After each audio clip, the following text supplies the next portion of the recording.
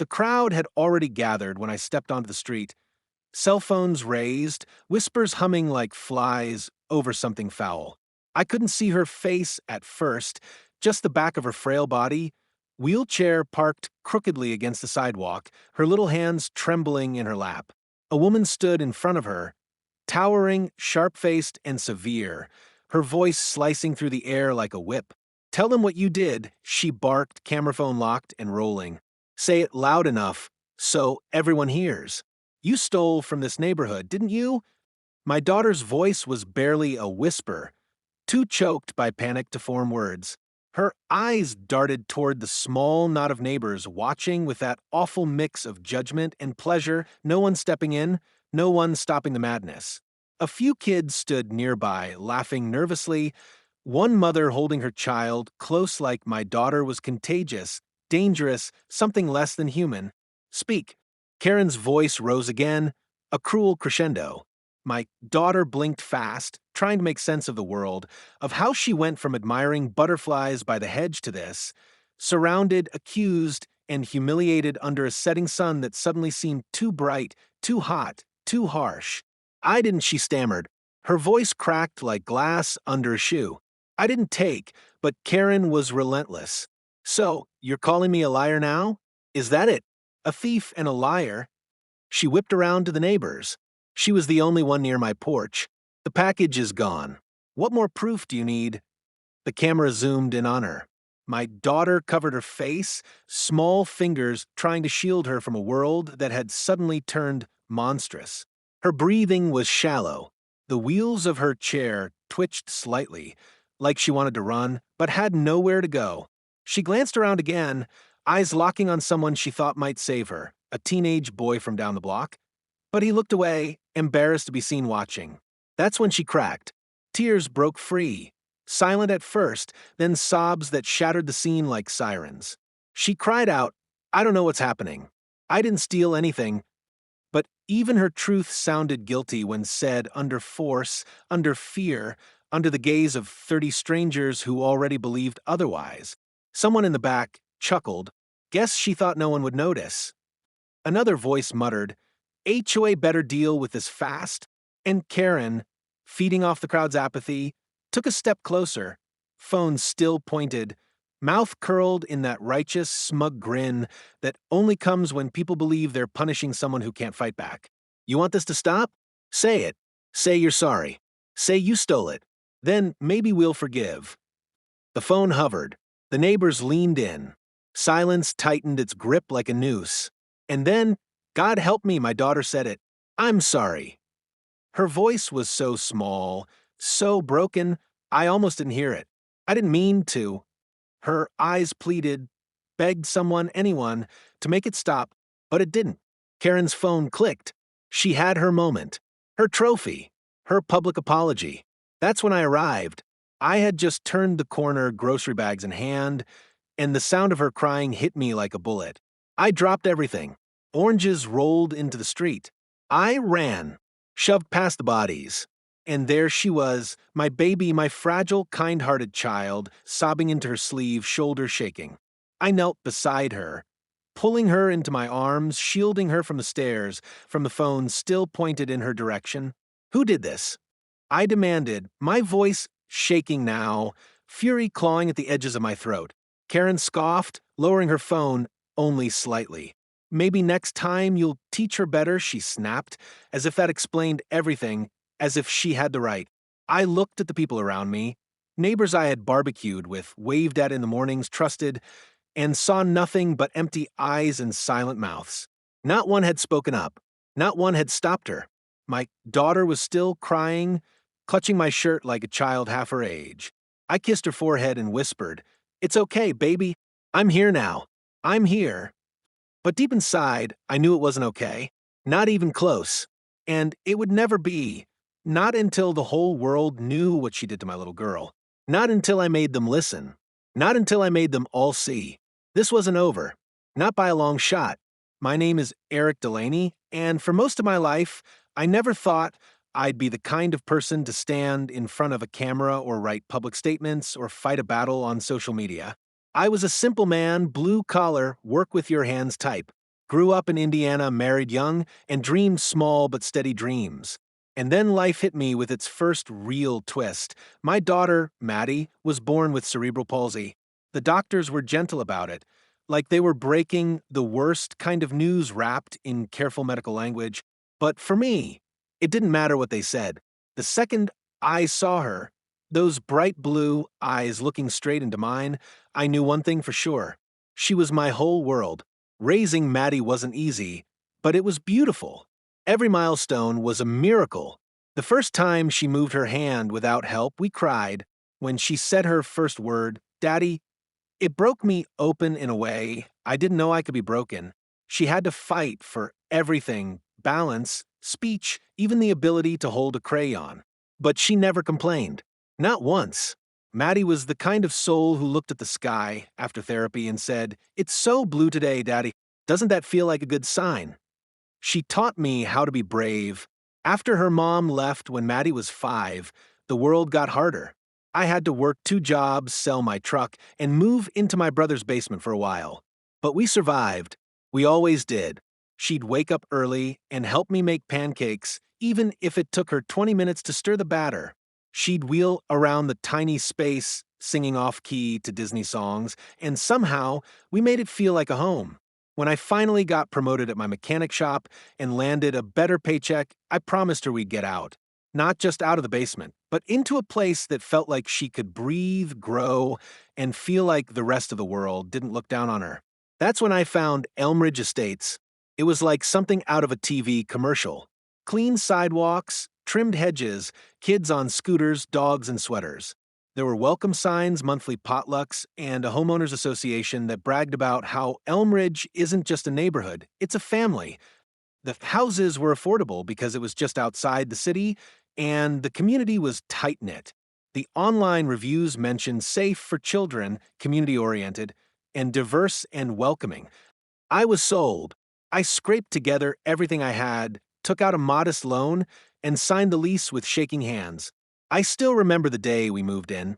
Maddie wore her favorite pink hoodie and looked around with wide eyes as if she had stepped into a movie set. "This is ours," she whispered. "Yes, baby. This is home now." At first, it was good.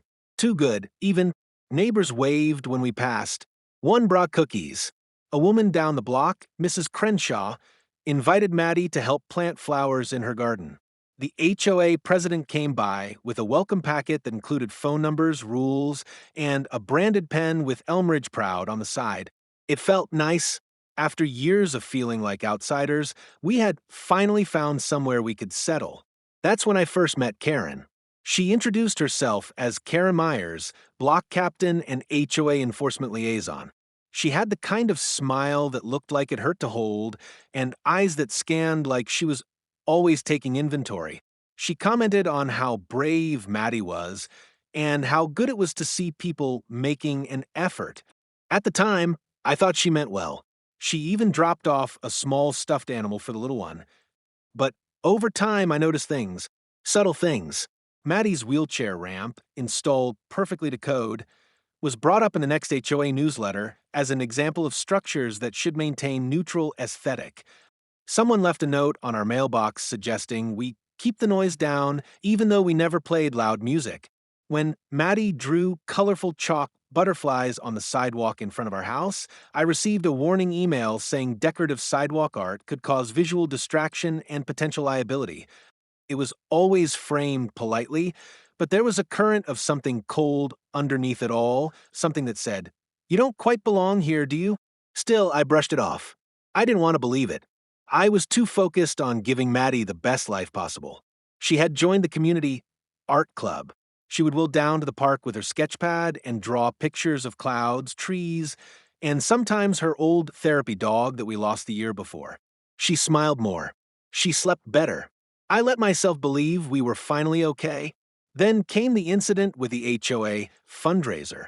Maddie volunteered to help pass out flyers, and when I came home from work, she was glowing. She said Karen had even almost smiled. But the next day, I got a message that a neighbor's sunglasses had gone missing during the event. Maddie had been near the refreshment table. No direct accusations, just subtle hints. That was the first time I felt the shift. I walked Maddie to the park the following weekend and noticed how a group of moms suddenly lowered their voices as we passed. One of them stared just a little too long. I kept telling myself it was in my head, but in my gut, I knew it wasn't. Maddie started to notice too. She asked why some kids wouldn't talk to her anymore. Why no one wanted to draw with her in art club. I told her maybe they were just shy, but I was lying to both of us. Karen, for all her control and pageantry, was a queen of quiet wars. She didn't yell. She didn't throw insults. But her power came in the form of well-placed whispers, of emails copied to too many people, of concerns raised during meetings where we weren't invited. And somehow it worked. People began to retreat from us like we carried something they didn't want to catch. Still, I held my head high. I made sure Maddie kept her chin up too. I told her we were strong, that people just need time to understand what makes others different. I told her kindness would always win. But deep down, something in me was shifting too. I started scanning faces. I began expecting rudeness. I'd come home from work and check the mailbox not for letters, but for notes. I started dreading the sight of Karen's smug little clipboard on her porch. And yet I never saw this coming. Never imagined it would go from silent treatment to a public spectacle, from passive whispers to full-blown humiliation, from uneasy smiles to accusations that would destroy my daughter's heart, because Elmridge Estates promised us peace. But what we got was something far, far from it. And Karen was just getting started. It didn't happen all at once. There was no explosion, no angry mob, no declaration that we were no longer welcome. It started the way most things do in neighborhoods like Elmridge, with a smile that didn't quite reach the eyes, with a wave that froze a second too long. The first few weeks after moving in, it felt like we were adjusting fine. Maddie would wheel herself up and down the sidewalk drawing chalk butterflies, smiling at passing neighbors, sometimes receiving a polite wave in return. But gradually, the friendliness faded into formality, and the formality decayed into something colder. The first real sign came in the form of a letter. Not a personal note, not a knock at the door, but an official HOA envelope tucked neatly into our mailbox. It was about the wheelchair ramp. The same ramp I'd installed according to code. The same ramp I'd double-checked and even submitted blueprints for during the move-in process. The letter stated that unapproved structural modifications that disrupt visual harmony would need to be reviewed by the HOA Compliance Board. It wasn't even signed, just stamped, and it felt like a message, not a suggestion.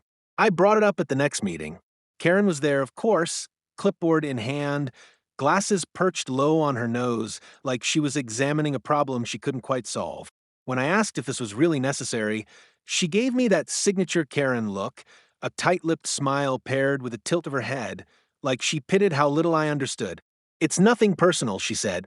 "We just have to maintain community standards.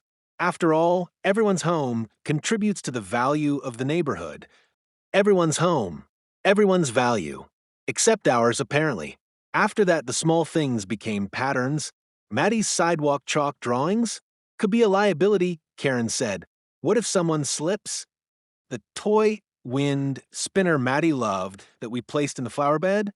Too distracting for drivers. A single paper star taped to our front window during Christmas violates uniform holiday decor policy. One by one, little pieces of joy were chipped away under the name of uniformity. But it wasn't just Karen. It was the way the neighbors changed. There was a couple across the street, Mike and Elaine, who used to wave every morning. Mike even helped me carry in a new bookshelf when we first moved. But now he barely made eye contact. Elaine would walk her dog on the opposite side of the street, her eyes flicking toward our house with something between pity and avoidance. Maddie noticed it too. One afternoon, after her usual drawing time in the driveway, she rolled inside and asked quietly, "Daddy, do I make people uncomfortable?" That question broke something in me. I had no answer that didn't feel like a lie. The only one who remained kind through it all was Mr. Lorne. He lived 2 houses down. a retired biology teacher with a soft voice and a laugh that always ended in a wheeze. His garden was full of native plants, messy and wild, and he wore sandals even in winter. He'd stop by sometimes with a bag of birdseed for Maddie or bring over art supplies he found at the thrift store. She's got the eye of an artist, he told me once, holding up one of her sketches. The world could use more of that. I'd find him sometimes sitting with her on the porch, talking about clouds or constellations or memories of his late wife. Maddie called him Grandpa Lorne. It was the only time in those long weeks where I still saw her full smile. But even Lorne wasn't immune to the HOA's reach. One day, his garden was cited for excessive foliage growth and deviation from standardized aesthetic. Another time, he told me someone anonymously reported him for unsupervised interaction with a minor. We both knew it came from Karen's camp. They think I'm dangerous, he muttered, half laughing, half broken. I'm 82, Eric. I can barely open a jar, let alone cause trouble. Still, he never stopped waving, never stopped showing up. The deeper unease settled in when I noticed Maddie's behavior change. She started asking if it was okay to go outside. She stopped using chalk. She hesitated to wave at neighbors who didn't wave back. Once she even asked if she should stop smiling because it makes people look away. And then there was the time she came in crying because two kids at the park told her that their parents said she wasn't right in the head. I was furious. I wanted to march down to Karen's house, to scream, to make them all understand who my daughter was. But I held it in, telling myself this was still salvageable, that maybe I was overreacting, that maybe, just maybe, it was all in my head. But it wasn't. One day, we came home to find our recycling bin tipped over and smeared with some kind of paste, eggs maybe, or yogurt. Maddie looked at it and said nothing, just quietly helped me pick up the papers and bottles. Probably just some raccoons, I said. She nodded, but I could see the knowing in her eyes. She didn't believe me. Neither did I. And then came the fundraiser, a community bake sale and silent auction for school supplies. Maddie was so excited to help. She baked cookies with me. Well, mostly gave instructions while I fumbled through the steps. She drew flyers, colored signs, and wore a pink ribbon in her hair that day. Karen watched her like a hawk. Didn't say much, just stood behind the lemonade table, expression unreadable. That was the first time I saw Karen's phone pointed in our direction. And I didn't know it yet, but it wouldn't be the last, because something was growing in that neighborhood. Not just resentment, not just fear, but a quiet, seething storm waiting to strike. And when it did, it would change everything. It was a Monday afternoon, one of those rare days when everything seemed peaceful. The sun wasn't too harsh, the breeze carried the scent of spring, and Maddie was sitting on the porch coloring a picture of a bluebird she had spotted earlier that week. I was inside, fixing a loose cabinet hinge, half humming along to her playlist in the background. These little quiet moments had become precious, fragile even, and I had learned to treasure them until the knock came. It wasn't just any knock. It was that knock, sharp, rhythmic, aggressive, the kind that's meant to summon, not visit. I wiped my hands and opened the door, already bracing myself. Karen stood there, arms folded across her chest like she was holding back a speech she couldn't wait to deliver. "There's been an incident," she said flatly. "I'd like to speak with you. Now." I stepped out onto the porch. "What is it?" She pointed past me, past the porch, past the bluebird drawing, past Maddie, toward her friend's house 2 doors down. "Diane's package is missing. Delivered this morning. It's not there anymore. And, well," she paused, then glanced, no, stared directly at Maddie. "Someone was seen near her property earlier today." The words hung in the air like fog. I followed her gaze to my daughter, who was still coloring headphones in, oblivious to the unfolding tension. "You're saying Maddie took it?" I asked, trying to keep my voice calm, though my heart had already dropped into my stomach. "I'm not saying anything yet," Karen replied, her mouth twisting into a smirk masquerading as neutrality. "But people are talking. A package went missing. Your daughter was seen nearby. You do the math." My fists clenched. She's 13. She was sketching a bird. She's not a thief. Karen raised a single, perfectly arched eyebrow. Eric, don't get defensive. I'm simply trying to be proactive. If she did take it, returning it quietly would prevent any further embarrassment. No need to make this bigger than it has to be. I looked at her then, not just at her words, but at her, the calculated posture, the faux concern, the way she scanned my reaction for weaknesses. It was never about a package. It was about control, about putting us in our place. She didn't take anything, I said firmly, and unless you have proof, I'd appreciate it if you stop spreading baseless accusations. Karen exhaled, annoyed at my lack of submission. I suppose we'll see what the footage says. Footage? We've got neighborhood cameras, Eric. HOA approved, of course, facing the streets. For safety, we'll be reviewing the recordings. She didn't say goodbye, just turned and walked away. That night, I didn't tell Maddie what happened. I couldn't bring myself to. She had smiled too much that day, had laughed when our old cat tripped over a rug. I wanted her to hold onto that joy just a little longer. But it didn't last. By morning, the rumors had begun. It started with subtle things, neighbors not making eye contact, pulling their trash bins closer to the curb when we passed, voices that dropped in volume when we approached. Then came the social media post, a message in the private Elmridge HOA Facebook group that someone leaked to me. It's unfortunate when we can't feel secure in our own community. I won't name names, but I will say that parents should teach their children better boundaries, especially those who've recently moved in. Dozens of comments followed, all vague, all pointed. Words like disrespect, standards, safety. No one used our names, but everyone knew. Maddie noticed the shift before I could even prepare her. She asked why no one said hi to her anymore. Why a mother physically moved her child away from the bench Maddie sat on at the park.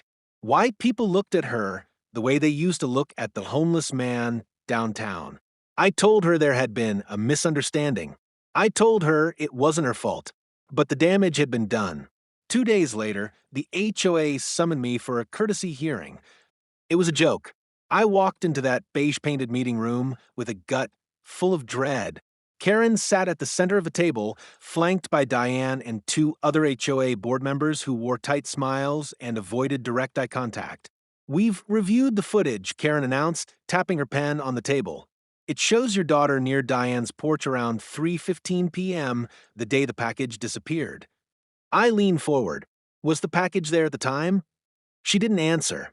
Was she doing anything other than passing by? Silence. She wheels that way every day to go watch birds in the corner lot. I said, she's been doing that for weeks. Did the footage show her taking anything? More silence. Diane finally spoke, her voice thin and uncertain. No, but you have to admit it looks suspicious. No, I said, what looks suspicious is a group of adults harassing a disabled child because of a lost item that has nothing to do with her. Karen leaned back, unbothered. Eric, if you want to be part of this community, you'll have to learn that perception matters just as much as proof. That was it. No apology. No retraction. Just an unofficial stamp of suspicion and a polite warning that echoed louder than any verdict. We left that room with the same label they entered with. Guilty until proven innocent, and even then still guilty in their eyes. The next day, Maddie cried when she overheard 2 boys call her the thief girl. She asked me, voice shaking, Dad, if people believe something, even if it's not true, does that mean it becomes true? I didn't know what to say, because in Elmridge Estates, it kind of did. Karen didn't need evidence. She just needed the suggestion of it. That's how people like her work. They whisper in clean rooms, write in perfect cursive, and ruin lives with nothing but implication. And in just a few short days, she had turned my daughter from a bright-eyed artist to a silent, shrunken version of herself, afraid to go outside, afraid to speak, afraid to be seen. But what Karen didn't know was that she had made a fatal mistake. She went after my child. She weaponized fear. She played judge and jury without knowing who I really was, a father who had already fought the hardest battles life had thrown at him. And I wasn't about to lose this one. Not without a fight. It happened during the HOA's Spring Community Fair. a cheerful lie wrapped in pastel banners and booths selling lemonade and secondhand crafts. The whole neighborhood was there, kids with painted faces, dogs in bandanas, lawn chairs lined up in polite rows, the scent of kettle corn and barbecue smoke in the air. Maddie had begged to go, convinced it would be her chance to prove she belonged, to show everyone that she was just a kid like anyone else. She wore her favorite yellow dress, the one with embroidered daisies, and had spent an hour carefully tying a blue ribbon into her hair. I had to work a shift that day, but promised I'd join her halfway through. So she went ahead with Grandpa Lorne, sketchbook in her lap and hope in her eyes, completely unaware that the stage had already been set, that the trap had been laid. Karen spotted her the moment she arrived, and something in her posture changed, a predator's stillness before the strike. For the next hour, Maddie wheeled between booths, helping Lorne hand out flyers for the Native Plant Initiative, stopping occasionally to draw in the grass or compliment someone's costume. It was around 2:15 p.m. when Karen made her move, standing near the center gazebo with her phone raised like a weapon, already recording before she opened her mouth. "There she is," she announced loudly, waving a hand toward Maddie as neighbors slowly turned to watch. "The little thief who thinks she can smile her way out of everything." Maddie froze, halfway through a drawing of a ladybug. Her eyes darted up, already sensing danger, the way a small animal does in the presence of something cruel. Karen stepped forward, voice booming with performative authority. "Don't pretend you don't know what I'm talking about. Diane's package. My solar lights. The missing flag pin from the memorial table. All of it gone. And who's the only one we ever see lingering around porches?" She gestured like an actress playing to the back row, and the murmurs started to build around her like smoke. Some neighbors whispered. Others held up their phones. A few laughed awkwardly, unsure if it was a joke. But no one stepped in.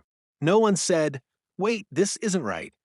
Maddie tried to back her chair away, bumping into a booth leg as her hands shook on the wheels. "I didn't take anything," she said, her voice barely above a whisper. "I didn't," but Karen cut her off. "Then prove it. Tell everyone here that you're innocent. Say it. Look into the camera." She leaned in, tilting her phone downward. "Or admit it now, and maybe, just maybe, we'll let it go." A hush fell over the lawn.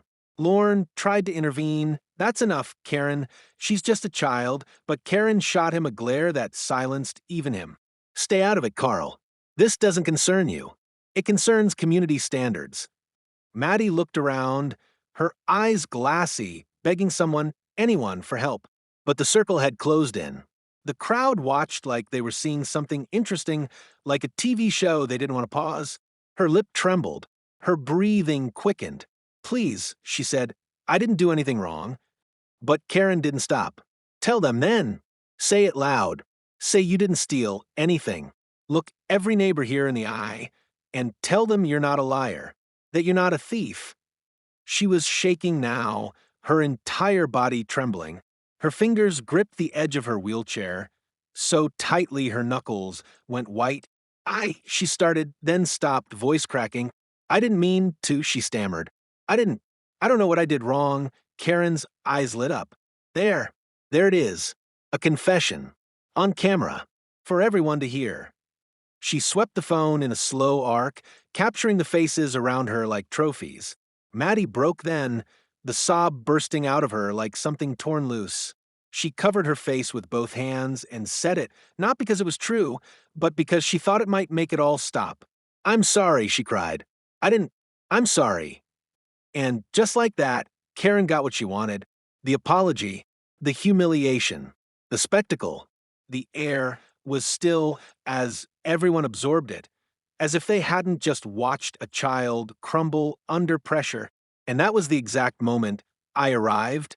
I had just parked on the edge of the lawn, rushing over with 2 drinks and a smile that shattered into ash when I saw the scene in front of me, my daughter in tears, her face red, shoulders shaking uncontrollably, and Karen standing over her with that satisfied look of righteous cruelty. I dropped the cups, didn't even feel them hit the ground. My body moved before my brain could catch up, cutting through the circle of people like a knife through canvas. What the hell is going on? I demanded, voice already raised, already shaking. Karen turned to me, still holding the phone. Oh, perfect timing, Eric. Your daughter just confessed to, I didn't let her finish. Get that phone out of my daughter's face.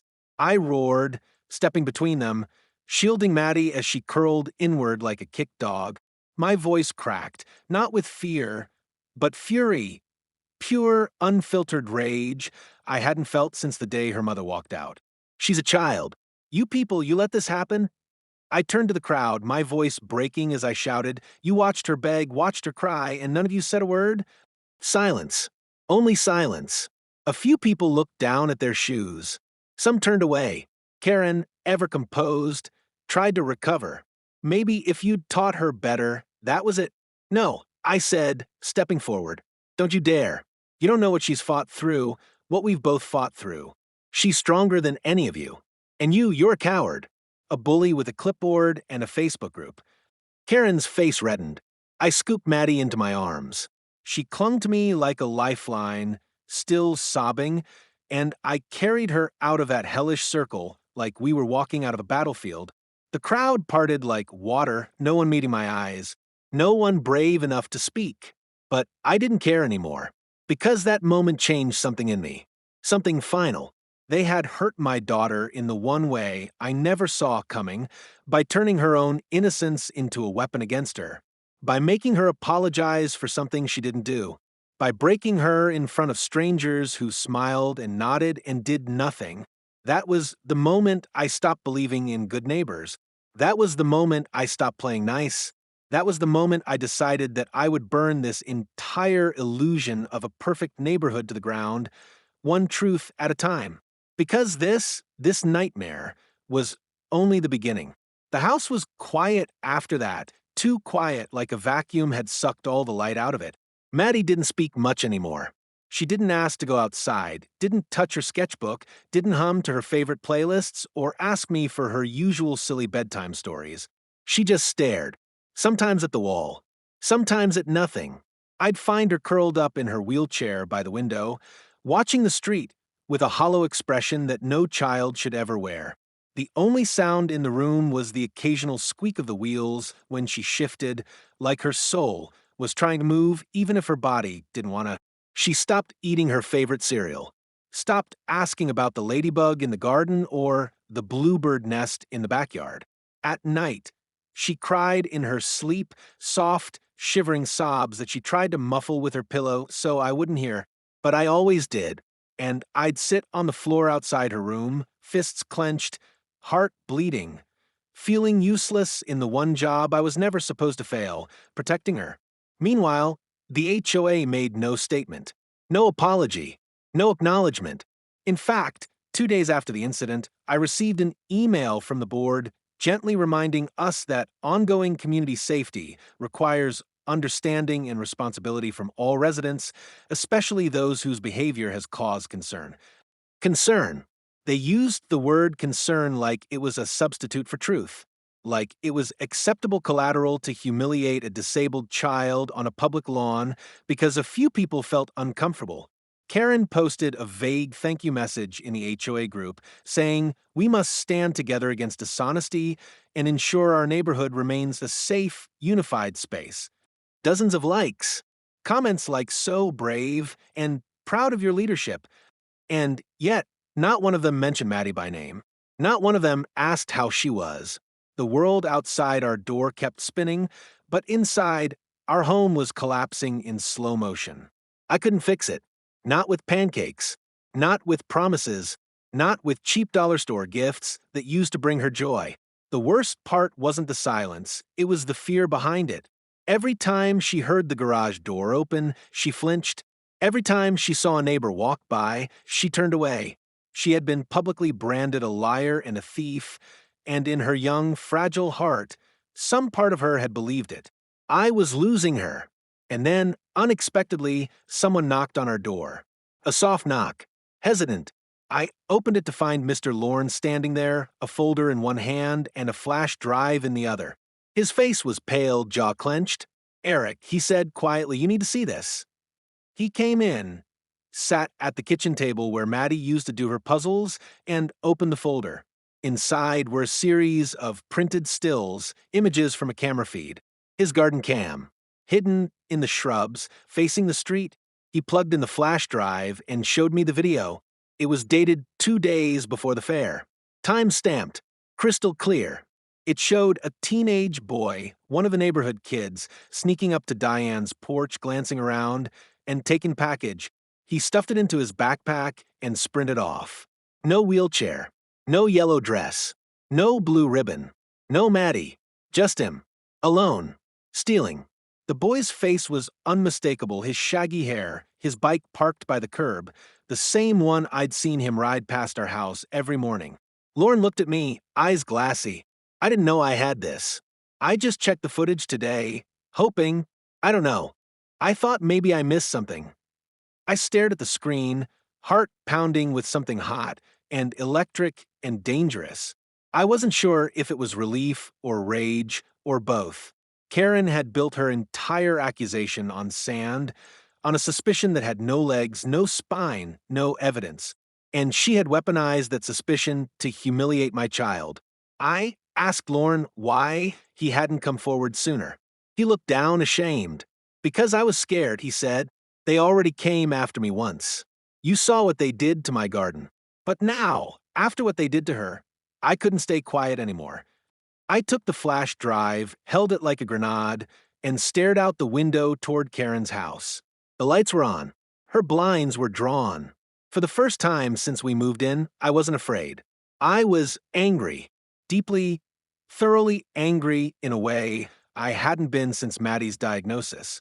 The kind of anger that doesn't burn but hardens, that sharpens, that becomes strategy. They thought they'd broken us. They thought the story was over. But they had no idea who they were dealing with. I backed down for the sake of peace. I stayed quiet for Maddie's sake. I followed the rules, played the game, smiled at their parties, endured their stares. But now, that was done. I was done. Because they didn't just accuse a child, they traumatized her. They filmed her, mocked her, made her cry in front of the entire community, and the truth was sitting right here in my hands. The moment I showed this to the right people, their little illusion of power would crumble like the cheap fences they built around their privilege. I looked over at Maddie. She was still curled in the armchair, half asleep, her sketchbook untouched on the coffee table. I kissed her forehead, brushed the hair from her eyes, and whispered, "It's okay now, baby. You're not the one who should have been sorry." Then I stood up, turned off the lights, and sat at my laptop. It was time to make them listen. I didn't sleep that night, not even a second. While Maddie finally rested upstairs, her little body wrapped in blankets like armor, I sat at the kitchen table and began the war. The flash drive burned like a live coal in my hand, a tiny piece of truth in a neighborhood built on fake smiles and buried guilt. I started with the footage, cutting it clean, time-stamped, silent but damning. Then I stitched it next to Karen's video, the one she so proudly posted and later deleted, but not before someone in the neighborhood captured a copy. The image of her standing over Maddie, yelling into the camera, forcing an apology from a trembling child, paired now with the crystal-clear footage of the real thief, another neighbor's son, walking casually up the porch, taking the package, and biking away like it meant nothing. It was all there. The truth unshakable. The contrast undeniable. It didn't just clear Maddie, it exposed the rot beneath the paint of Elmridge Estates. I emailed everything to a disability rights attorney I found online, someone who had handled bullying cases and wasn't afraid of going after HOAs. Within an hour, I got a response. Her name was Angela Crane. She wasn't just interested, she was furious. By noon the next day, we were on a Zoom call. She reviewed the footage, the HOA letters, the social media posts, and my notes. Her voice was calm, but sharp. "They're going to regret touching your daughter," she said. "I promise you that." We filed the first complaint the next morning, officially accusing the HOA of harassment, discrimination, and public defamation of a minor with a disability. We CC'd the city's Office for Equal Opportunity, a local civil rights group, and the county school board, just to make sure no one missed it. Angela didn't just go after them legally, she went after them loudly. By day 3, she had looped in a local journalist who specialized in community politics and human interest stories. Her name was Naomi Fox, and she ran a well-known segment called The Voices They Ignore. When Naomi saw the footage, Maddie sobbing, the crowd frozen in silent cruelty, Karen demanding an apology, she didn't even blink. "This runs next Tuesday," she said, front of the hour. Meanwhile, Karen was doubling down.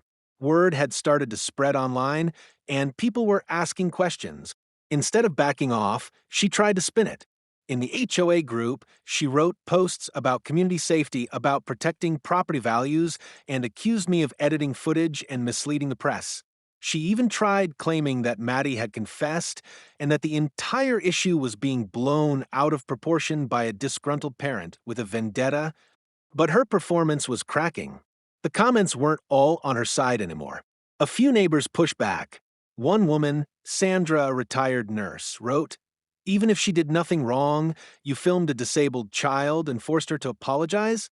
That's beyond shameful." Another added, "That video made me sick. That wasn't leadership. That was bullying." Then the media story dropped. Naomi's segment aired on a Tuesday evening, and within hours, it had over 250,000 views. She had done it justice, Maddie's face blurred, but her voice audible. My narration emotional and raw. The side-by-side videos, presented like evidence in court. The headline read, "HOA shames disabled girl in public over false theft accusation.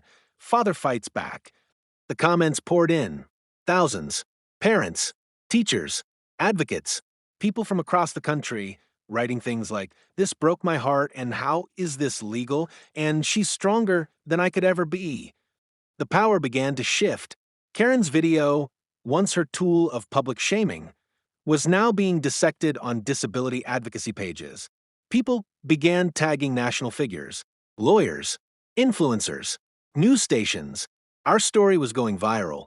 Then came the email from the mayor's office. They wanted to meet. "We're conducting a review of HOA oversight and neighborhood governance standards." The message read, "We would like your participation." Karen? She went silent. No more posts. No more statements. At the next HOA meeting, half the board resigned.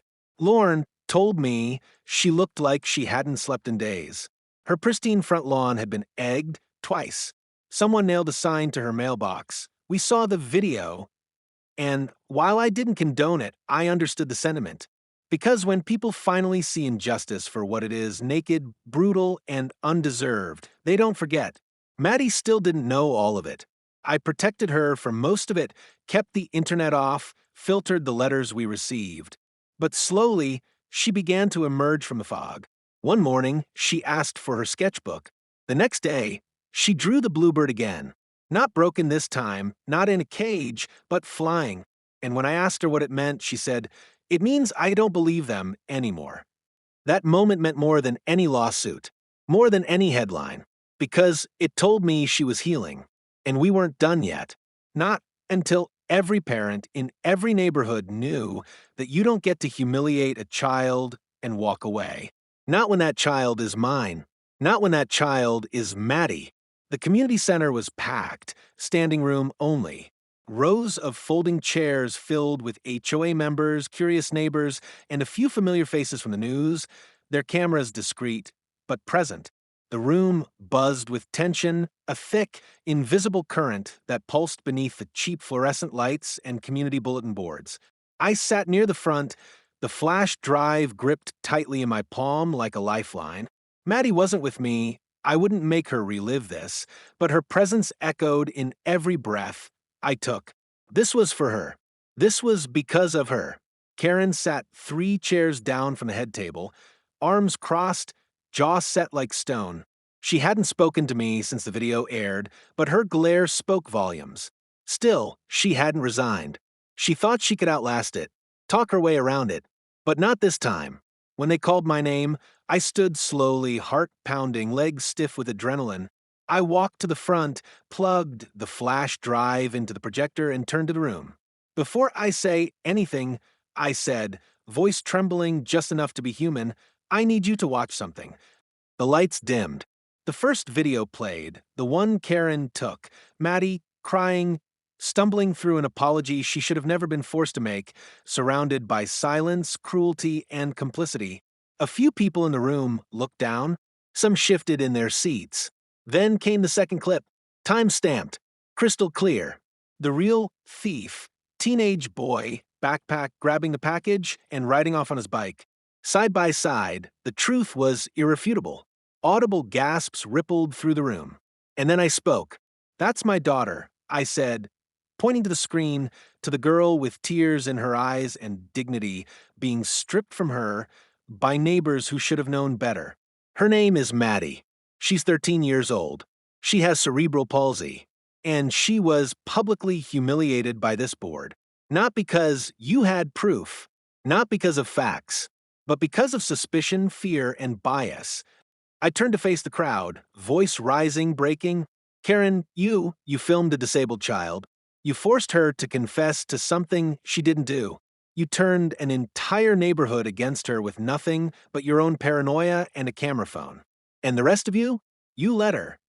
I paused just long enough to breathe, just long enough to feel the weight of every eye in that room.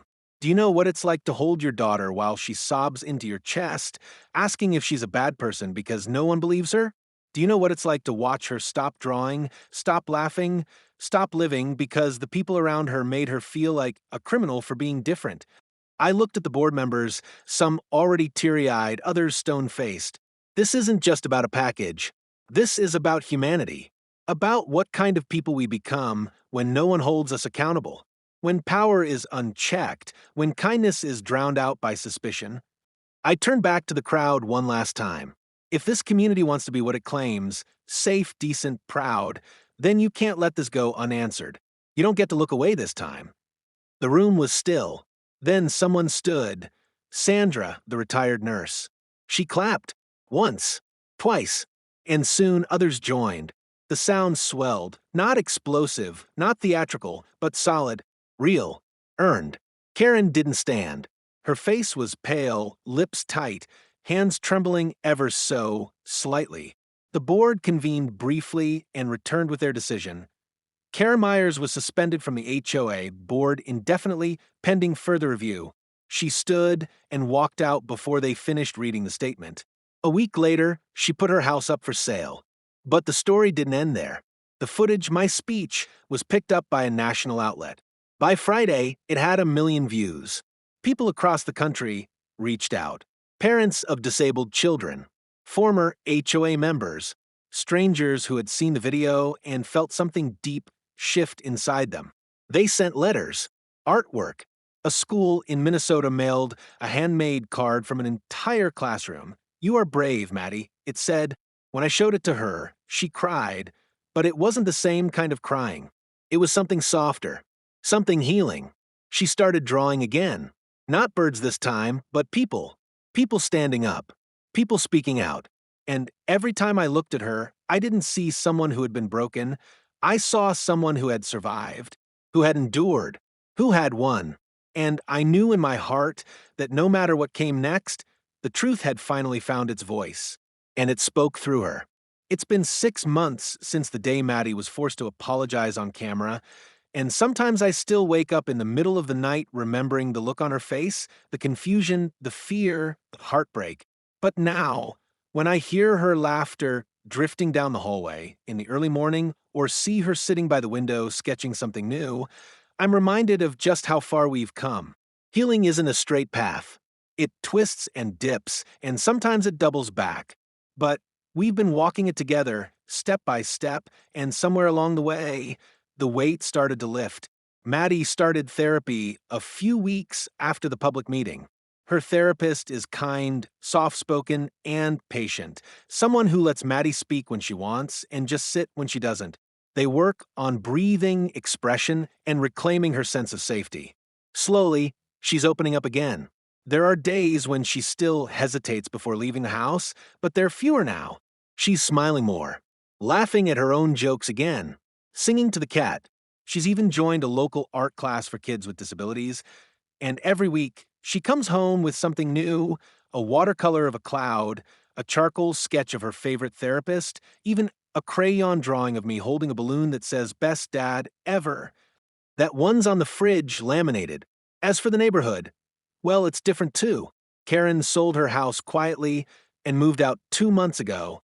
No farewell parties. No notes. Just a moving truck that showed up at dawn and was gone by dinner. I watched it from the porch with Maddie, neither of us saying a word. Not out of anger, but because there was nothing left to say. Her absence was its own kind of justice. And in the weeks after, something shifted in Elmridge.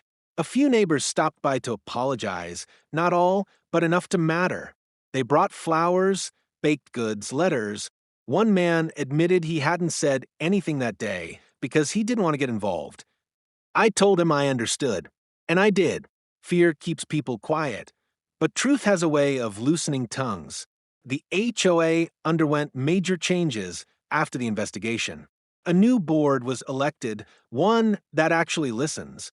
They've rewritten the community code to explicitly protect residents with disabilities, and they even started a neighborhood inclusion committee. It's small, but it exists, and that means something. And then there's the bench. It sits under the big oak tree near the community garden, the one Maddie always used to sketch. The board installed it last month with a bronze plaque that reads, "For those who speak softly but stand strong in honor of Maddie."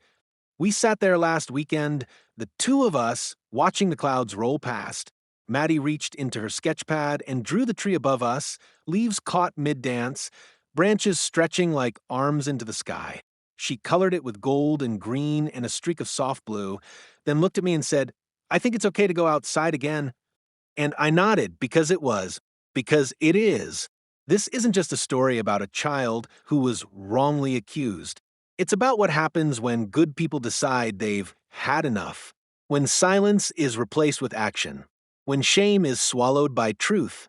It's about a little girl who had her heart broken in front of an entire community and still found the strength to draw again. We don't live in a perfect neighborhood. We never did. But now, we live in one where her voice matters. And to me, that's everything. If you're a parent of a disabled child, if you've ever been shut out, looked down on, or made to feel powerless in your own neighborhood, this story was for you. What happened to Maddie wasn't just about a package. It was about control, silence, and the quiet cruelty that hides behind HOA rules and concerns.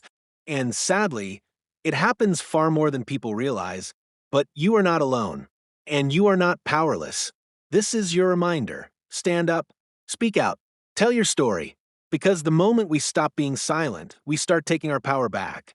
For every child who's been unfairly judged, for every parent who's been afraid to push back, for every neighbor who knows something's wrong but hasn't found the courage to act yet, let this be your spark. If Maddie's story moved you, please like, comment, and share it. Let the world hear what HOA injustice really looks like. And if you want more true stories like this one, subscribe now to HOA Denied Access. This channel exists to expose abuse, defend the voiceless, and tell the stories HOAs hope you never hear. We're not done yet. We're just getting started.